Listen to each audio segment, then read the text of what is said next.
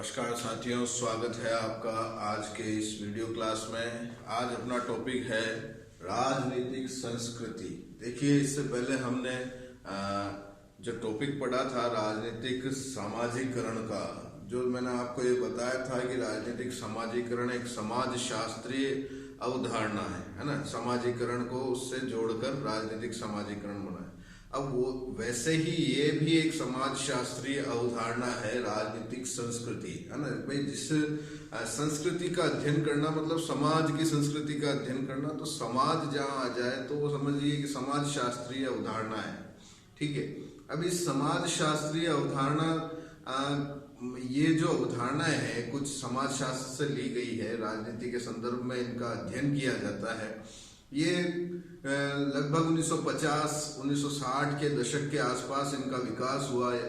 हम कह सकते हैं कि ये द्वितीय विश्व युद्ध के बाद ये कुछ राजनीति विज्ञान के क्षेत्र में और सामाजिक विज्ञान के क्षेत्र में थोड़ा रिसर्च प्रारंभ हुआ और इन रिसर्च के आधार पर नई नई अवधारणाएं सामने आई। तो आज हम इस राजनीतिक संस्कृति के बारे में हम डिस्कस कर लेते हैं। देखिए, राजनीतिक संस्कृति यह भी एक समाज शास्त्रीय अवधारणा है ना। समाज शास्त्रीय अवधारणा है और ये लोगों का राजनीतिक व्यवस्था के प्रति उनकी क्या अभिवृत्ति है, उनके विश्वास क्या है और उनकी प्रतिक्रिया क्या है राजनीति के प्रति, है ना। तो इसका अध्ययन इस परिकल्पना में या इस अवधारणा में किया जाता है ना। तो हम कह सकते हैं कि लोगों का राजनीतिक व्यवस्था के प्रति विश्वास, उनकी अभिवृत्तियां और उनके प्रतिक्रिया, इसे हम राजनीतिक संस्कृति कह सकते हैं। इससे पहले हम थोड़ा संस्कृति पर विचार कर लेते हैं कि संस्कृति क्या है ना। देखिए, संस्कृति, हमने ये शब्द रोज सुनते हैं कि हमारी संस्कृति ऐसी नहीं है, हमारी संस्कृति में ये है, वैसा है, ये है। ठीक है। तो देखिए, एक सामान्य जीवन जीने की पद्धति, राजनीतिक संस्कृति क्या है? एक सामान्य जीवन जीने की पद्धति और लोगों का उस संस्कृति के प्रति दृष्टिकोण का विकास, ये संस्कृति कहलाता है ना। तो क्या हुआ? सामान्य जीवन जीने की पद्धति और लोगों का के दृष्टिकोण का विकास, है ना। तो ये संस्कृति कहलाता है। ठीक। तो अब जब राजनीतिक संस्कृति की बात करनी है तो हमें इस संस्कृति से जोड़कर, मतलब राजनीतिक व्यवस्था का संस्कृति से जोड़कर अध्ययन करना ही राजनीतिक संस्कृति कहलाता है। देखिए, राजनीतिक शासकीय दृष्टिकोण से संबंधित जो अध्ययन किया जाता है राजनीतिक संस्कृति के अंतर्गत, वह अध्ययन विषय होते हैं। अब देखिए, संस्कृति की जब बात की जाए तो संस्कृति निरंतर गतिशील है, ये स्थिर नहीं है ना। समय और परिस्थितियों के अनुसार संस्कृति में बदलाव होता रहता है ना। नई नई मूल्य, नए नए जीवन जीने के तरीके हम सब एडॉप्ट करते हैं। और ये जिस तरह से संस्कृति गतिशील है, वैसे ही राजनीतिक संस्कृति भी गतिशील है। तो हम क्या कह सकते हैं कि लोगों का अपनी संस्कृति से जुड़ाव रखना, है ना, और उस संस्कृति का अध्ययन उनके राजनीतिक दृष्टिकोण के आधार पर करना, ये राजनीतिक संस्कृति कहलाता है। ठीक है। अब देखिए, इनके अर्थ और परिभाषाओं की बात कर लें। देखिए, राजनीतिक संस्कृति का इसका जो विकास हुआ, ये लगभग हम कह सकते हैं द्वितीय विश्व युद्ध के बाद से ये प्रारंभ हुआ, है ना। तो इनके अंदर जो लोगों ने अपने अपने शोध किए, है ना, कई विद्वानों ने अपने अपने शोध किए, उसके आधार पर इन्होंने राजनीतिक संस्कृति को समझाने का प्रयास किया, अपनी अपनी परिभाषाएं दी। यहाँ हम कुछ परिभाषाओं को डिस्कस कर लेते हैं। अब देखिए, राजनीतिक संस्कृति का जो सर्वप्रथम प्रतिपादन करने का श्रेय जिसे जाता है, जिसने ये बताया कि राजनीतिक संस्कृति क्या है, वो है आमंड और पावेल। आमंड और पावेल ने इसका प्रतिपादन किया। देखिए, आमंड क्या कहते हैं? अब इसको अलग अलग विद्वान राजनीतिक संस्कृति को भी अलग अलग नाम से बुलाते हैं। जैसे आमंड कहते हैं कि कार्य के प्रति अभिमुखीकरण, ये राजनीतिक संस्कृति, भाई हमें कार्य कैसे करना। ठीक। फिर उसके बाद डेविड ईस्टन इसे पर्यावरण नाम देते हैं, है ना, राजनीतिक पर्यावरण नाम देते हैं राजनीतिक संस्कृति को। ठीक, फिर उसके बाद स्पिरो, इन्होंने राजनीतिक शैली नाम दिया, है ना, राजनीतिक संस्कृति को राजनीतिक शैली नाम दिया। अब हम आमंड और पावेल की परिभाषा की बात करें कि आमंड क्या कहते हैं और आमंड और पावेल। देखिए, राजनीतिक व्यवस्था के सदस्यों की राजनीति के प्रति व्यक्तिगत अभिवृत्तियों और उन्मुखताओं की शैली है। राजनीतिक व्यवस्था के सदस्यों की राजनीति के प्रति, राजनीतिक व्यवस्था के सदस्य कौन? जो व्यक्ति राजनीति में पार्टिसिपेट करते हैं, भाग लेते हैं, हिस्सा लेते हैं। जैसे हम आम जो जनता है, एक ऑर्डिनरी पीपल जो है ना, चाहे वह राजनेता भी हो, वो भी राजनीति में भाग लेता है। एक रिक्शा चलाने वाला, एक चाय की दुकान चलाने वाला, सभी राजनीति के अंदर अपना अपना रोल पूरा करते हैं और सब राजनीति के प्रति अपनी अपनी धारणाएं बनाते हैं और उन धारणाओं के अनुसार वो अपना जीवन या अपना जो दैनिक चर्या है उनका निर्वाह करते हैं। तो इन्होंने यही कहा है कि लोगों की अभिवृत्तियां, कि भाई उनका जुड़ाव कैसा है राजनीति के प्रति, वो क्या सोचते हैं और क्या अपना रोल करते हैं, और उन्मुखताओं की शैली है, जो उनका जुड़ाव है, उनका विचार है लोगों का, वो राजनीतिक संस्कृति से इन्होंने जोड़ा है। फिर एलन बोल क्या कहते हैं?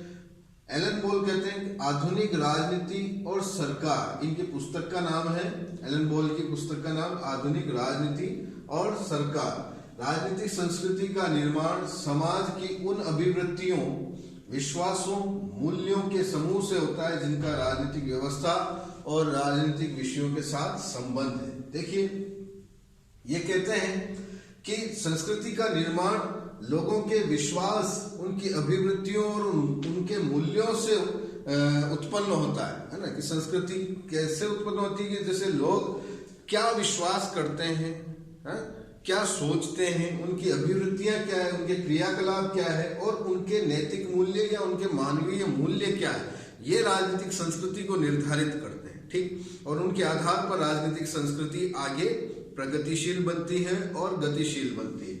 फिर देखिए, इनके अलावा दो और विद्वान हैं, लुसियन पाई और सिडनी वर्बा, इन्होंने भी अपने अकॉर्डिंग इसकी परिभाषाएं दी है।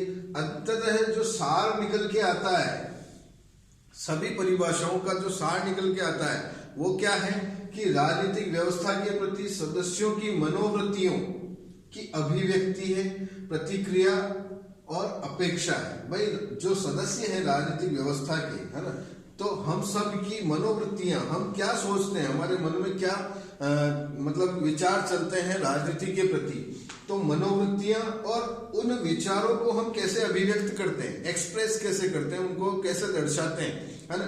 भाई, जैसे इसको यूं कह सकते हैं कि यदि किसी सरकार से कोई जनता अगर खुश नहीं है तो वो विभिन्न तरीके यूज करती है, जैसे कि हिंसा करना या प्रदर्शन करना, है ना। ये तो हो गए कुछ अहिंसक प्रदर्शन और कुछ ये तो हो गए कुछ हिंसक प्रदर्शन। और अहिंसक प्रदर्शन के अंदर ऐसा होता है कि शांतिपूर्ण विरोध प्रदर्शन करना, जुलूस निकालना, धरने पे बैठ जाना। तो इस तरह के कुछ लोग अपने एक्सप्रेशन, अपने मनों के विचारों को सरकार के सामने पहुंचाते हैं। ठीक, तो लोग राजनीति के प्रति क्या सोचते हैं और राजनीति यानी सरकार की जो नीतियां हैं उनके प्रति क्या उनकी प्रतिक्रियाएं होती है और उनकी क्या अपेक्षाएं होती है राजनीति के प्रति, कि हमारे लिए राजनीति हमारे देश में ऐसी होनी चाहिए और इस तरह के हमारे कार्य संपन्न होने चाहिए। तो ये चीज ही राजनीतिक संस्कृति है। अब देखिए, जिस प्रकार संस्कृति गतिशील होती है तो ये राजनीतिक संस्कृति भी गतिशील होती है ना। इनमें भी निरंतर नए नए मूल्य आते हैं और नए नए विचारधाराएं आती है, तो उनके आधार पर ये भी गतिशील बनती। अब देखिए, आमंड और पावेल ने राजनीतिक संस्कृति के प्रति लोगों का जो दृष्टिकोण है, लोग क्या सोचते हैं, किस आधार पर सोचते हैं, उनको भी कुछ भागों में बांट दिया कि ज्ञानात्मक अभिमुखीकरण। भाई, कुछ तो ज्ञान, अपना ज्ञान बढ़ाने के लिए राजनीति से के चर्चा करते हैं या उनका अध्ययन करते हैं। कुछ जो राजनीति के प्रति अपनी भावनाओं से जुड़ जाते हैं, भावनात्मक अभिमुखीकरण का। और फिर इन सब का सार निकालकर जो राजनीति संस्कृति का जो अर्थ निकाला जाता है उसे मूल्यांकनात्मक अभिमुखीकरण इसने कहा। अब देखिए, ऐसा क्या तत्व हैं जो राजनीतिक संस्कृति को निर्धारित करते हैं। तो सबसे पहले हम बात करते हैं इतिहास। देखिए इतिहास, ये इट्स वेरी इंपॉर्टेंट। इतिहास ही है जो राजनीतिक संस्कृति को निर्धारित करता है। क्यों?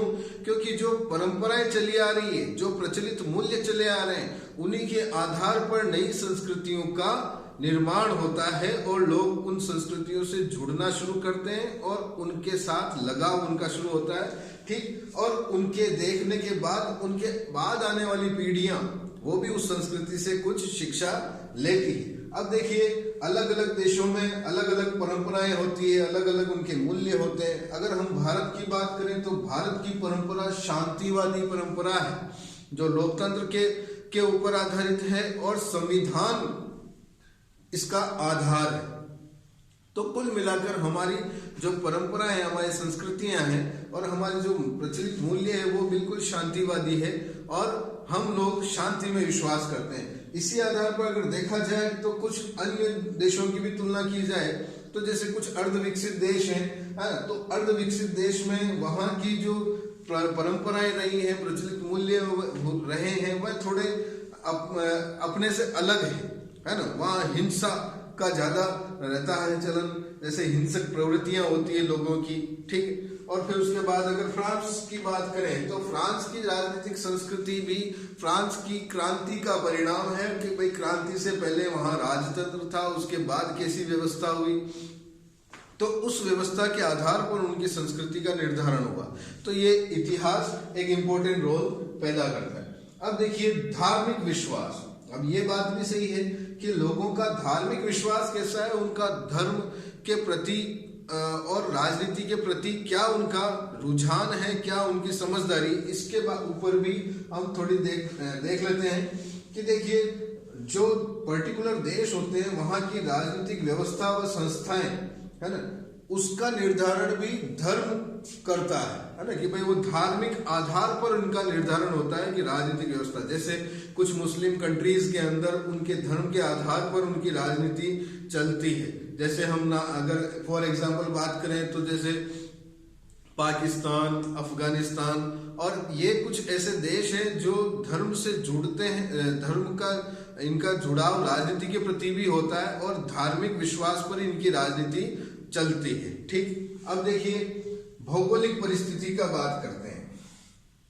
देखिए संस्कृति के अंदर किसी पर्टिकुलर देश की भौगोलिक परिस्थितियों का भी एक इम्पोर्टेंट रोल होता है, एक महत्वपूर्ण भूमिका होती है कि जैसे कोई देश तो साधन संसाधन से संपन्न होता है, कोई देश आर्थिक रूप से पिछड़े होते हैं, गरीब होते हैं, तो वहां की संस्कृति भी उन परिस्थितियों के अकॉर्डिंग ही बनती है, वैसे ही चलती है। जैसे और इसे निर्धारित कौन करते हैं, वहां के संसाधन, वहां की जनसंख्या, उसके आधार पर ही वहां की राजनीतिक संस्कृति का निर्माण होता है। ठीक है, तो जैसे गर्म देश होते हैं जहाँ गर्मी ज्यादा पड़ती है तो वहां की संस्कृतियां अलग होती है, और कहीं ठंडे देश होते हैं, बर्फीले देश होते हैं तो वहां की संस्कृतियां अलग होती है।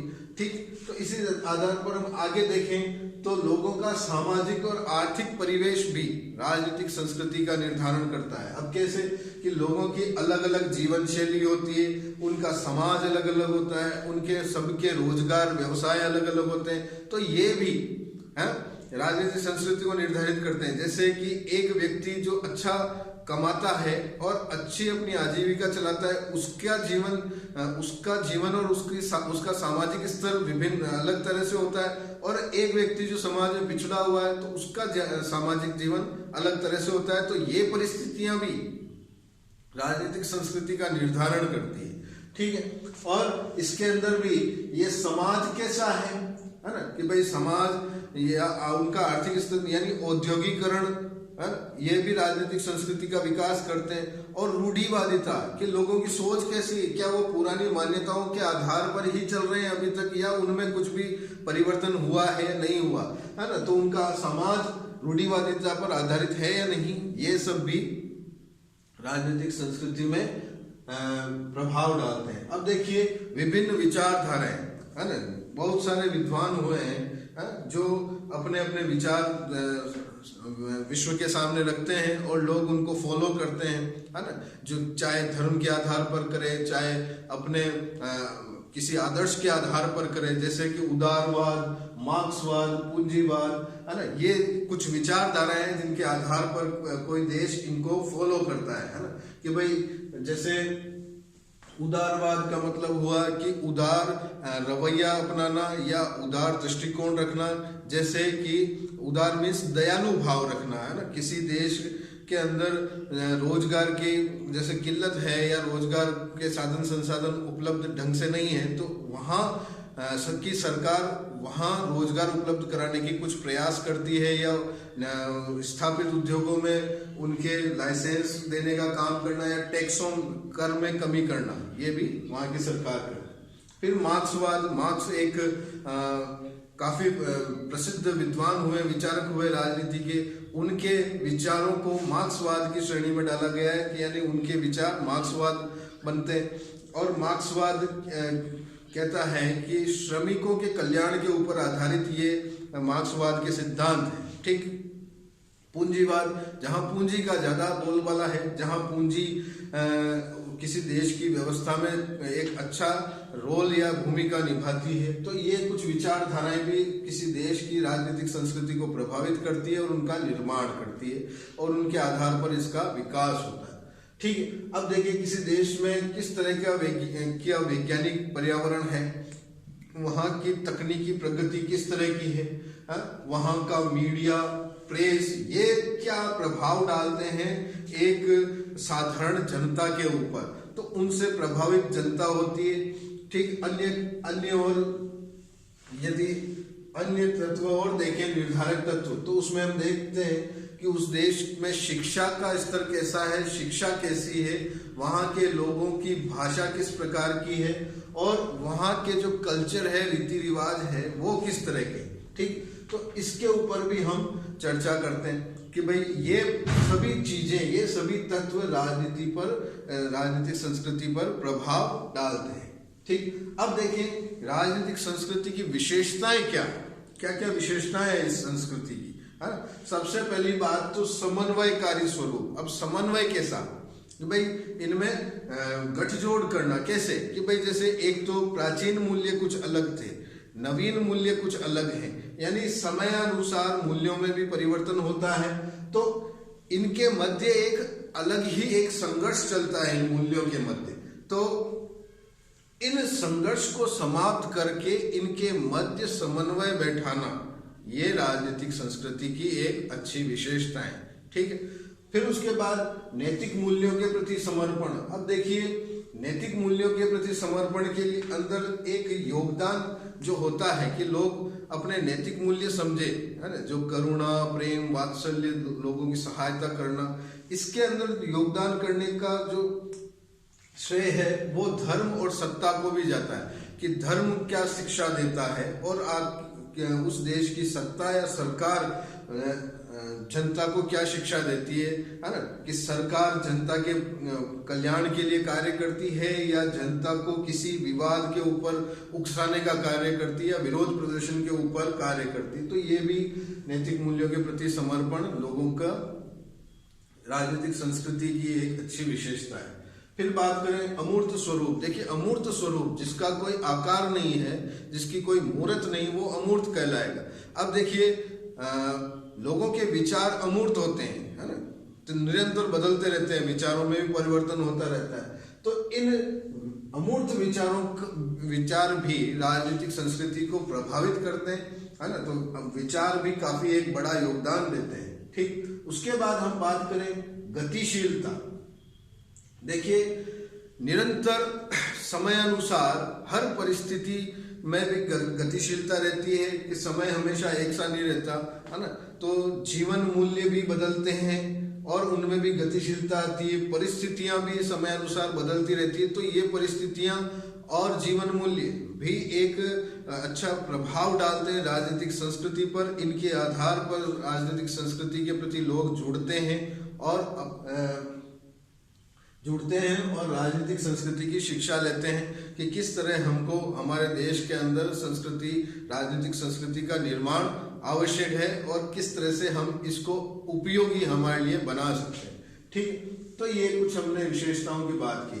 अब हम राजनीतिक संस्कृति व लोकतंत्र के ऊपर थोड़ा डिस्कस कर लेते हैं। देखिए, लोकतंत्र और राजनीतिक संस्कृति, देखिए यहाँ बात आती है 1950 और 1960 के दशक के बाद जो राजनीतिक संस्कृति में निरंतर परिवर्तन होते आए हैं, क्योंकि उस समय द्वितीय विश्व युद्ध का समाप्त हुआ था। उसके बाद जो परिवर्तन हुए, उसके बाद जैसे कि तीसरी दुनिया नामक एक नया क्षेत्र निकला, जिसके अंदर जो देश थे जो पिछड़े हुए थे, इन लोगों के अंदर इन्होंने जो अपने देश की स्वतंत्रता प्राप्त की, एक संघर्ष के बाद प्राप्त की, आंदोलनों के बाद प्राप्त की, और उनके बाद उन कंट्रीज के अंदर, उन देशों के अंदर लोकतंत्र स्थापित हुआ। और उस लोकतंत्र को स्थापित करने के लिए वहां के देशों ने संविधान को आधार बनाया और उस संविधान के आधार पर उन्होंने अपने राजनीतिक संस्कृति का निर्धारण किया। तो हम कह सकते हैं कि लोकतंत्र के अंदर राजनीतिक संस्कृति काफी एक बड़ा महत्वपूर्ण भूमिका निभाती है। अब इसके ऊपर विभिन्न विद्वानों ने अपने अपने स्तर पर शोध किए, रिसर्च किए, और उनके आधार पर उन्होंने राजनीतिक संस्कृति और लोकतंत्र के मध्य एक समन्वय बैठाने का कार्य किया और इनको लोकतंत्र के साथ समझाने का काम किया, जिसके अंदर देखिए आमंड और वर्बा, ये दो राजनीति वैज्ञानिक है या राजनीतिक विद्वान है ना। इनकी 1963 में एक पुस्तक आई थी, the civic culture, political attitudes and democracy in five nation. इनके अंदर इन्होंने 5 देशों की राजनीतिक संस्कृति का अध्ययन किया और अपने विचार प्रस्तुत किए, जिसके अंदर जो ये देश हैं जैसे Britain, Germany, Italy, America, Mexico, है ना। तो इन देशों में व्यक्ति का देश की सरकार और उस सरकार से क्या अपेक्षा रखते हैं, इनके ऊपर अध्ययन किया गया। अब इनके अंदर जो उन्होंने ज्यादा जो ध्यान दिया वो ब्रिटेन और अमेरिका की संस्कृति पर ध्यान दिया कि इन 2 देशों की संस्कृति कैसी है, और इनके अलावा जो ये 3 देश हैं, जर्मनी, इटली और मैक्सिको, इनकी संस्कृति कैसी रही है, इनका इतिहास कैसा रहा है। देखिए, ब्रिटेन और अमेरिका एक साधन संसाधन देश हैं और विकसित देशों की श्रेणी में आते हैं। तो यहाँ की संस्कृति और अन्य देशों की संस्कृति के मध्य क्या ऐसा डिफरेंट है, क्या अंतर है, इसके अंदर इन्होंने अध्ययन किया। और फिर जब इन देशों का जो उपनिवेश देश थे जो इनसे मुक्त हुए, जैसे हमारा भारत भी मुक्त हुआ और भारत में लोकतंत्र स्थापित हुआ, संविधान का निर्माण हुआ, तो लोकतंत्र इसलिए स्थापित हुआ ताकि जनता अपने राजनीतिक विचार प्रस्तुत कर सके और उस देश की संस्कृति से जुड़ सके और खास तौर से राजनीतिक संस्कृति से जुड़ सके। तो ये सारा आधार लोकतंत्र के ऊपर होता है। तो हम कह सकते हैं कि राजनीतिक संस्कृति और लोकतंत्र, इनके अंदर शासन के निर्णय जो होते हैं उनके अंदर जनता का भी योगदान होता है, क्योंकि जनता ही शासन को चुनती है। ठीक, तो आज के लिए इतना ही साथियों। अभी हमने यहाँ राजनीतिक संस्कृति के अर्थ और परिभाषा डिस्कस की, उनके निर्धारक तत्व डिस्कस किए, उनकी विशेषताएं डिस्कस की। आप इनका अध्ययन करिए, नोट्स बनाइए। That's all for today. Thank you.